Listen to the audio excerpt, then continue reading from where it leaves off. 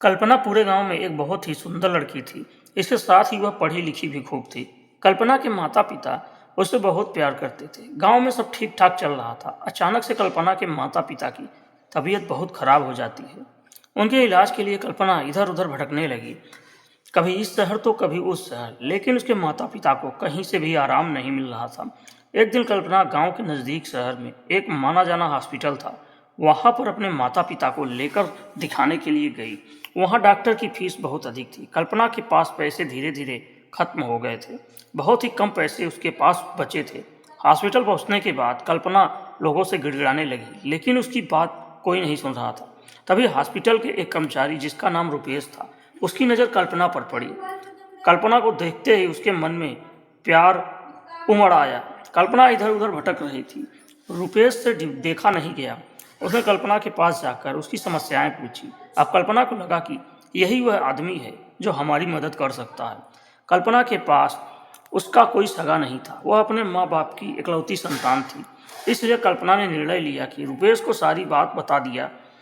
कल्पना के पास उसकी मदद करने के लिए कोई नहीं था। इन सब बातों को सुनकर रुपेश ने मन ही मन निर्णय किया कि वह कल्पना की मदद करेगा, क्योंकि रुपेश के मन में कल्पना के प्रति उसकी सुंदरता देखकर प्यार उमड़ आया था। उधर कल्पना के माता पिता की तबीयत ज़्यादा खराब होती जा रही थी। अब कल्पना और रुपेश की पूरी शिद्दत के साथ माता पिता के इलाज में लग गए। रुपेश कल्पना के माता पिता की हर तरह की जांच करवाता। कुछ देर बाद रिपोर्ट आती।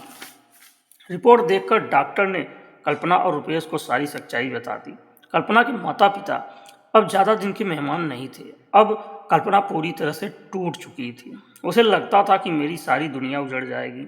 यह सब सोचकर उसका रोते रोते बुरा हाल हो गया था। रुपेश से कल्पना की ये हालत देखी नहीं गई। उसने कल्पना को ढाढ़स बंधवाया और कल्पना से कहने लगा, घबराओ मत, मैं और तुम मिलकर तुम्हारे माता पिता का इलाज करवाएंगे।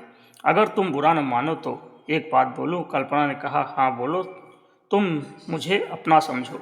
अब धीरे धीरे 1-2 महीने बीत गए। रुपेश और कल्पना एक दूसरे से घुल मिल गए और मन ही मन दोनों एक दूसरे का अपना जीवन साथी मानने लगे। इसी बीच कल्पना के माता पिता की मौत हो जाती है। रुपेश कल्पना के माता पिता का अंतिम संस्कार करवाता है। माता पिता की मौत के बाद कल्पना काफ़ी उदास रहने लगी।